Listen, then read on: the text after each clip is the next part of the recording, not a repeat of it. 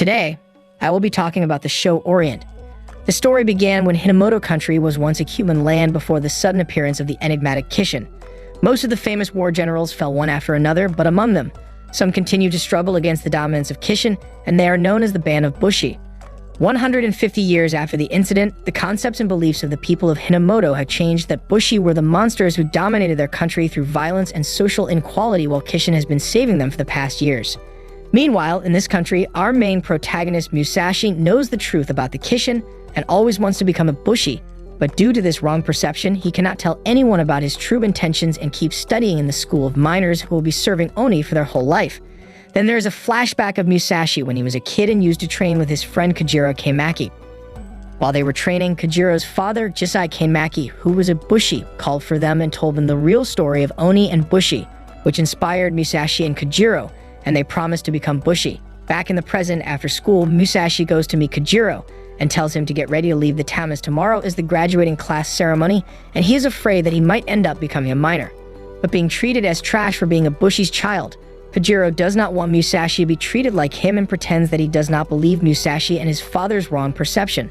The following day, after the graduating ceremony, as Musashi and his friends pass through the Oni gate to meet their lords, they see some giant monsters eating some miners and are treated as slaves. Watching this, Musashi attacks an Oni using a simple pickaxe as he does not bring his axe with him. But when he has difficulty fighting with Oni, Kajiro suddenly arrives with Musashi's pickaxe to help him, and they start fighting with Oni. Suddenly, Oni's boss Kishin arrives there for a meal, while Musashi and Kajiro rush toward to kill him. As they approach there, they find a small Kishin. Musashi attacks it and cuts half from his belly. But Kishin regenerates and transforms into his original state after eating some rocks. Kishin strikes Kajiro and tries to capture his katana, but Kajiro is persistent in not letting him his katana and remembers his memories of his father telling him that a katana is a Bushi's pride. When Kishin eats Kajiro's katana, he becomes mad but cannot do anything about it. Watching this, Musashi climbs up to Kishin's belly, starts destroying it, and retrieves Kajiro's sword. Suddenly, a band of Bushi attacks the paradise and breaks through its protective wall. The band leader comes up to Musashi and Kajiro and tells them to leave the place for safety. But Musashi is persistent in achieving his first achievement by killing the Kishin. Watching this, the captain, Take Naotora, becomes happy to see his type of idiot person risking his life to save people. He then orders his men to prepare for the crane wings in the blue sky. On the other hand, Musashi is attacking Kishin on his own, risking his life. Suddenly, a light rope grabs Musashi and carries him to the Bushi's captain. Musashi gets upset with the captain for stopping him from achieving his first. The captain scolds him for being reckless and shows him what it takes to defeat a Kishin. But Musashi does not listen to him and rushes to attack Kishin after freeing him from the ropes.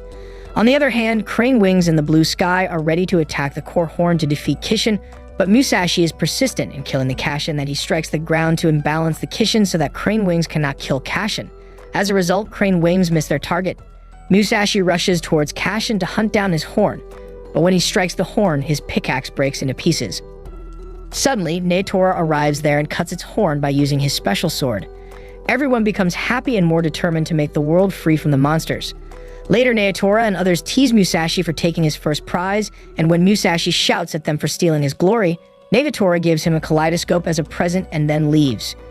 Later, Musashi is still pissed, but when they discover the ultimate goal of Bushi is to unify the entire world, he rushes to Naotora and challenges Musashi to take down all the Kishin and unify the country before him. Musashi and Kajiro leave the village to hunt Oni, and decide to get along with no fighting. They spend 2 days peacefully, but after a week, they run out of food already. Musashi, being hungry and thirsty, starts blaming Kajiro for not preparing more food while Kajiro starts fishing and makes fun of Musashi for not catching any fish, on which Musashi gets angry and leaves him. But when Musashi gets separated, he thinks about his mistakes and wants to pact with Kajiro again. When he returns, he watches Kajiro being hurt and lying on the ground.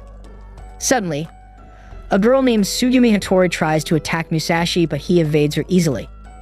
Suddenly, Tsugumi takes their horse and runs away. In a state of anger, they chase her and enter a Bushi band named Kasenda Band.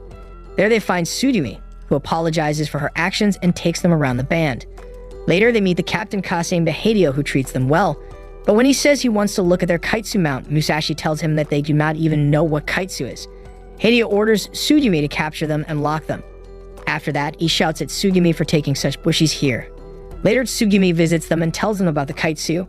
After Tsugumi leaves, Kojiro uses his fishing techniques to leave the place. When they go, they see a huge Oni marching towards the castle and their vehicle. Meanwhile, Tsugumi meets Hideo, who alerts her about the Oni attack and the need for full mobilization. Hearing this, Tsugumi becomes shocked but cannot do anything. But later, she decides to protect her townspeople.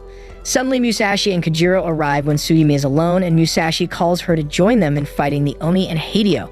Later, Tsugumi has to defeat Hideo to save his people, as Hideo wants his people to fight against Oni. After a furious fight between them, Tsugumi successfully defeats Hideo, and Musashi saves her from Oni when it destroys the Bushi's castle. After the fight, some villagers request Musashi and Kojiro to take Tsugumi away from the castle to save her from Hideo. Tsugumi refuses at first, but when the villagers insist on her leaving for her good, she decides to leave the place. Tsugumi asks Musashi if she can come along with him. When Musashi agrees to her request, she becomes happy and goes to prepare for the journey. During their journey, while Kojiro and Tsugumi are sleeping, an Oni appears before Musashi and tries to eat Kajiro's sword. To prevent him from eating it, Musashi runs after him and reaches a plain ground where he sees a man named Shiro and Yukai and a lot of swords on the ground. When Musashi becomes surprised to see Shiro and several swords, Shiro tells him that he can borrow one to kill Oni. When Oni is about to eat the sword, Musashi, with the new Kaitsu blade, emerges a tremendous amount of energy and kills Oni. Later, when Tsugumi and Kojiro approach Musashi Shiro, his assistant Nano Inuzaka vanishes. During the day, when the group arrive in a town to get Kaitsu's sword, they first go into the restaurant where they encounter a Bushi from another band. He asks them the name of their band and invites Tsugumi into his band. Later, as he leaves, they wonder if they should have a band name, and for this, they should have a captain first. Musashi makes Kojiro the captain as he does not have the family name, and all of the bands have the family name of their captains. Later, they meet the head of the Ryuzoji band named Asafu Mitsuru, who instructs them to choose their Kaitsu sword from the auction. And when a person touches the sword, he has to pass the sword trial, and he can sue the sword after that. Kojiro passes the test, but Musashi cannot because his soul color is black and forsaken. Musashi tries several times, but when he fails again, he becomes depressed and remembers that he has done it with Shiro's sword. Suddenly, Shiro appears there and shows Musashi the black stones embedded in his chest, representing that he cannot use Kaitsu's sword. But he tells Musashi that he can use Kaitsu's sword by becoming one. When Musashi refuses to do the sword trial, Shiro pushes him and a Kaitsu sword into a deep hole he created to show Musashi his powers. While he is falling, he grabs the sword, and the sword trial starts again, where he meets the obsidian goddess who reminds him of his past when his parents died, and he had to throw a stone at Kojiro's father to portrait him as a good person. Meanwhile, Shiro goes hunting down the Bushi and to take their swords. When he notices Kojiro, he tells him about Musashi and that he will become a Kaitsu sword shortly. Kojiro becomes shocked to know, but on the other hand, when Musashi turns into stone, Shiro's assistant Nano lifts him and becomes surprised to see that, luckily, Musashi is still alive and now he can wield a Kaitsu sword. Musashi hurriedly rushes towards Shiro to save his friends. As Musashi arrives there, Nano also arrives there, surprising Shiro. Later, Shiro orders Nano to kill Musashi. Musashi and others form a plan to defeat Nano, and luckily, they successfully break her one of her 7 swords. Watching this, Shiro becomes annoyed and decides to fight them on his own. He uses his unique move blade ring, and because of that, a large light cube later encloses the whole space. Shiro flips the cube after that, sending a lot of Bushi flying, while Musashi and the others manage to hold themselves with their swords.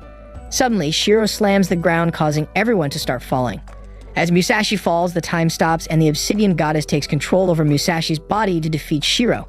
The obsidian goddess takes powers from everyone, and with her one attack, she clears the sky and vanishes the enemy. But Shiro and Nano successfully escape with the help of Shiro's powerful technique. On the other hand, everyone becomes happy and thankful to Musashi for saving them from Shiro. Following that night, Musashi requests Mitsuru for another sword auction for him. And the following day, when Musashi tries again, he successfully wields a Kaitsu sword, and this time, he gets his soul color red, which is very rare and powerful compared to others. Later that day, Kojiro buys a map and starts their journey again.